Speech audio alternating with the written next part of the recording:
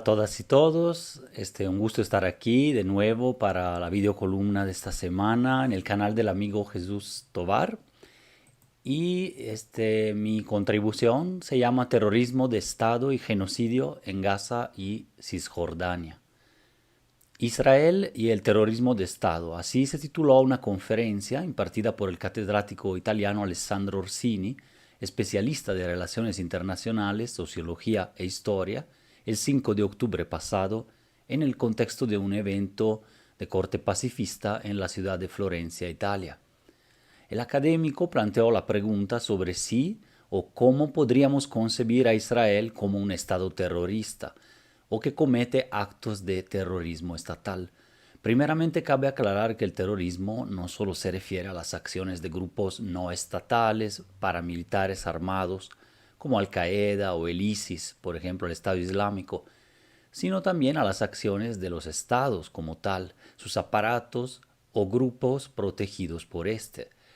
En primer lugar, remarca Orsini, hablar de terrorismo de Estado significa romper el mito del Estado liberal y democrático como totalmente exento de culpas y moralmente superior, una idea particularmente radicada en la cultura, la política y la mentalidad de Occidente, marcadas por su herencia colonialista y su presunta misión civilizadora.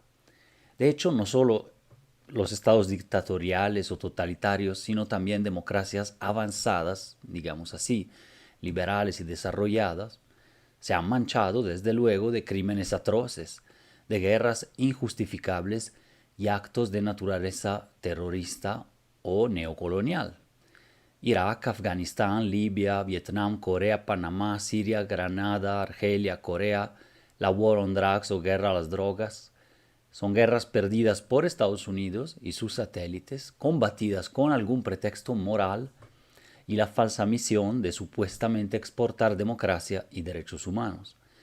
En Europa, Japón o Estados Unidos, la aplicación de esta expresión de terrorismo de Estado para definir sus propias acciones en la historia contra disidentes internos u otros pueblos ha sido marginada, atribuida a sectores tachados de extremistas o en el ámbito académico de heterodoxos o poco rigurosos. Es un poco lo que sucede ahora respecto de quienes denuncian un posible genocidio del gobierno israelí en Gaza, mismo que está bajo escrutinio y valoración por parte de la Corte Internacional de Justicia tras la demanda de Sudáfrica contra Israel. Este tabú de poder hablar del Estado terrorista es menos presente en América Latina, en donde la categoría se ha usado más. Se han caracterizado las dictaduras del Cono Sur en los años 70 y 80 del siglo pasado como responsables de crímenes de lesa humanidad y también de terrorismo de Estado, incluyendo al México de la llamada Guerra Sucia. O bien, en el caso de Guatemala o Perú, se han denunciado y registrado verdaderos actos de genocidio como parte o resultado del terrorismo de Estado sistemático en contra de poblaciones indígenas en el último cuarto del siglo XX. El artículo 2 de la Convención de Naciones Unidas para la Prevención y la Sanción del Delito de Genocidio del 1948 describe el genocidio como un delito perpetrado con la intención de destruir total o parcialmente a un grupo nacional, étnico, racial o religioso como tal. Esta aniquilación no contempla a grupos políticos, como subgrupos políticos, partidos dentro de un país, o tipologías de genocidio cultural. Su clasificación como genocidio, entonces, dependerá de un elemento clave, o sea, de cómo se demuestra la intención del Estado perpetrador en cometer esos actos.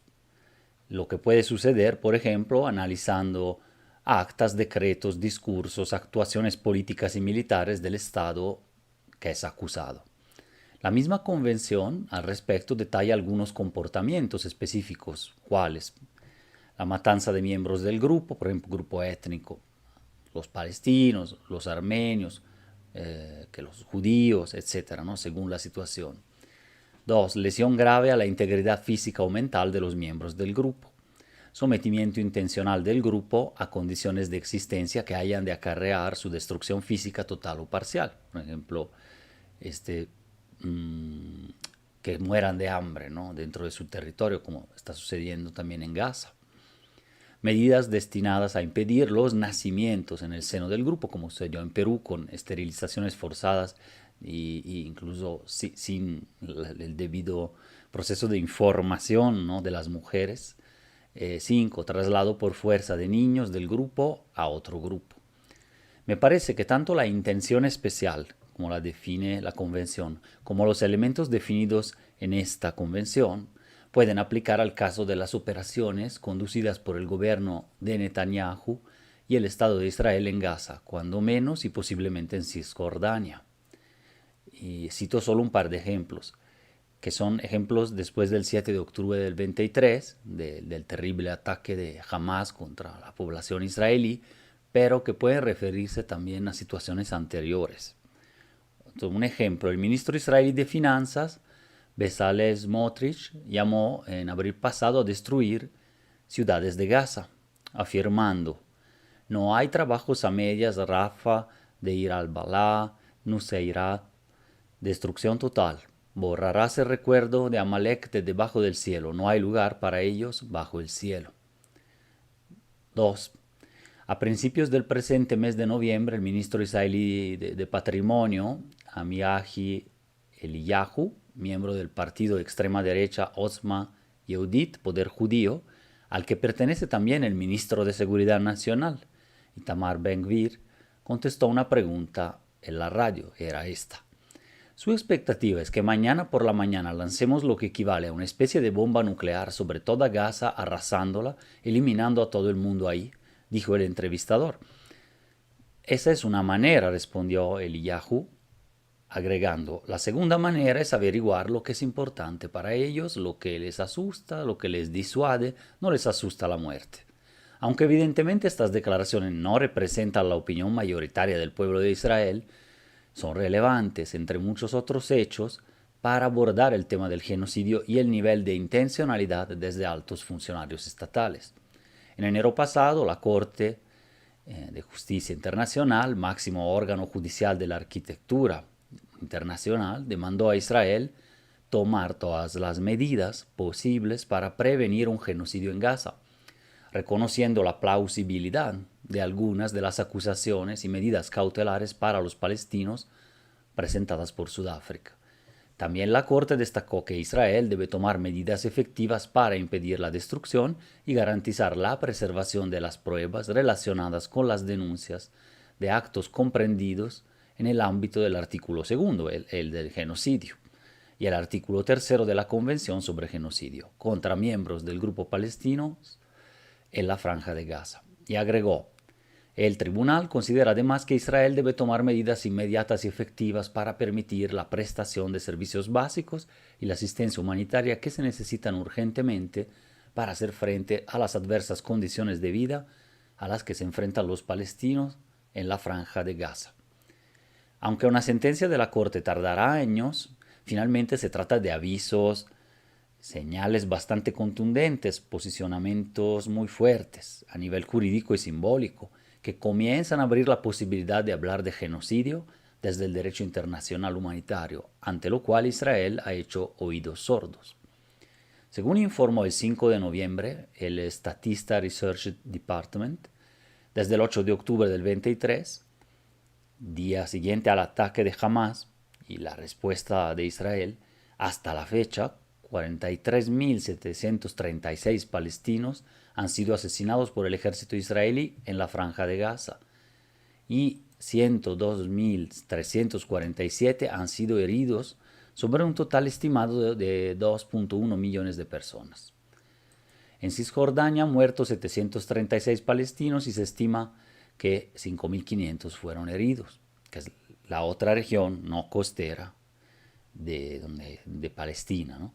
En contraste, 368 soldados israelíes han fallecido en combates y 2.394 han sido heridos.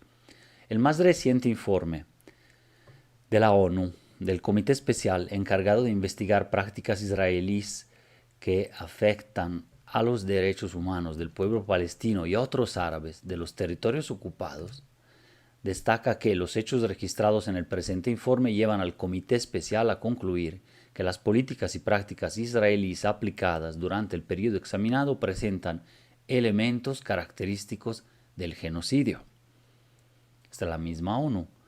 El otro informe ONU, publicado el 8 de noviembre, el informe semestral de actualización sobre la situación de derechos humanos en Gaza, del 1 de noviembre de 23 al 30 de abril del 2024, detalla lo siguiente. También nos explica paso a paso cómo puede escalar esta situación en términos de estos términos que a veces escuchamos, ¿no? El genocidio, crimen de lesa humanidad, o bien simplemente actos de guerra, etc. Entonces es muy didáctico, por eso que lo reporto aquí. Y dice, en muchos casos, las violaciones documentadas en este informe por las partes podrían incluir crímenes de guerra. Si se cometen como parte de un ataque generalizado sistemático dirigido contra una población civil, en aplicación de una política de Estado de una organización, puede constituir crímenes de lesa humanidad. Si se cometen con la intención de destruir total o parcialmente a un grupo nacional, étnico, racial o religioso, también pueden constituir genocidio. Es esencial que se juzguen debidamente las acusaciones graves de violación del derecho internacional a través de órganos judiciales creíbles e imparciales y que, mientras tanto, se recojan, conserven e investiguen todas las pruebas pertinentes. De alguna manera, retoma lo que la Corte empezó a decir, pero da otro aviso. Está diciendo que pudiera haber crímenes de guerra, pero que también van escalando a crímenes de lesa humanidad y potencialmente a genocidio, casi aludiendo al hecho de que sí están sucediendo estos hechos. Volviendo a la conferencia y a la definición del profesor Orsini, el terrorismo de Estado es, en su trabajo, el uso desproporcionado de la violencia política en contra de una población indefensa y sin vías de fuga para aterrorizarla y doblarla a la agenda del gobierno. Actos como violación sexual de hombres y mujeres, matanzas, homicidios fuera de escenarios de combate son actos de terrorismo que el Estado o actores protegidos por él pueden cometer y han cometido, ¿no? Tanto en contra de pueblos, digamos así, extranjeros, como de pueblos residentes en el país o etnias u otros grupos, ¿no? Finalmente el terrorismo de Estado no es equivalente al genocidio, pero prepara el terreno y puede llevar a actos de genocidio como tal. Por eso en esta columna como que tratamos de analizar las dos y también de ver de qué manera Israel en Gaza, en Cisjordania, estuviera cometiendo actos de ese tipo. El catedrático, quien es autor del libro, todavía no está traducido al español, pero estaría bien verlo por acá. Ucrania-Palestina, el terrorismo de Estado en las relaciones internacionales. Asimismo, aterriza el concepto a través de 10 características empíricas que definen situaciones en que se puede hablar de terrorismo de Estado. Considero importante mencionarlas a manera de guía para analizar situaciones como la que es objeto de este texto y para poderlas relacionar con el problema del genocidio, pues los actos de terrorismo de Estado bajo ciertas condiciones pueden ser parte de un contexto genocida o lo propician.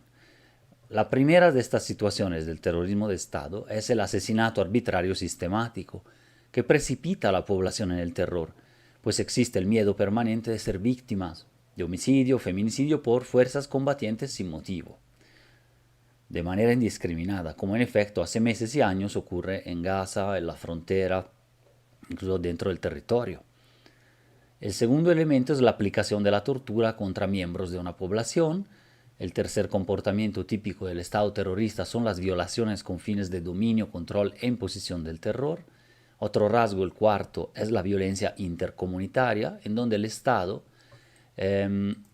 no actúa o no viola derechos directamente, sino que deja actuar más bien, protege y empodera a colonos y pobladores civiles para que maten o expulsen de sus tierras y casas a integrantes de la comunidad que es atacada. Me refiero, por ejemplo, a la colonización, en este caso de parte de colonos israelíes de tierras en Gaza, o bueno, más bien en Cisjordania, en Jerusalén, con el fin de expulsar a población local, pero con protección de autoridades y del ejército, que no ataca directamente, pero deja que sucedan estas violencias. El terrorismo paraestatal es el quinto punto. Ahora aquí el Estado terceriza la violencia y se vale de grupos privados armados y paramilitares para que cometan actos terroristas y violencias con protección estatal o militar, que ya no son los colonos que actúan, sino ya grupos propiamente armados, pero sin intervención directa del Estado. El sexto comportamiento terrorista estatal es la culpa por asociación. Nos cuenta este catedrático italiano, un concepto que define asimismo los totalitarismos y fue desarrollado por Hannah Arendt en su libro Los orígenes del totalitarismo. Es el hecho de que un gobierno castigue a toda la familia de un sujeto que considera criminal. El séptimo elemento es la amenaza de genocidio, que por ejemplo se expresó a través de declaraciones de secretarios del gobierno israelíes que tras el comienzo de las operaciones militares en Gaza en 2023, afirmaron que el uso de las armas nucleares contra Gaza era una opción en la mesa. Además, como ya mencioné, son serias y fundadas las expresiones internacionales sobre la probable comisión de genocidio en Gaza, y entonces ya ni se trata de puras amenazas. El uso estratégico del hambre es otra característica, la octava, la cual ha sido utilizada ampliamente en la Franja de Gaza, incluso desde antes, pero ahora de manera muy evidente, ¿no? Con esos cargos de comida que son bloqueados, impedir el ingreso de las ayudas, o bien boicotearlas o atacar a la gente que sí va a recibir las ayudas, por ejemplo, de la ONU o de otros grupos. El noveno aspecto del Estado terrorista, según Orsini, es la violencia infraestructural, es decir, el uso de violencia política a través de las instituciones, lo cual lo vemos en muchos contextos. Pero aquí la violencia es institucionalizada, penetra en todos los ámbitos de la vida social sin dejar salidas posibles. Esta se distingue de la violencia despótica, como que simbólica o material, pero esa violencia expresiva, le diría a Rosana Reguillo, por ejemplo,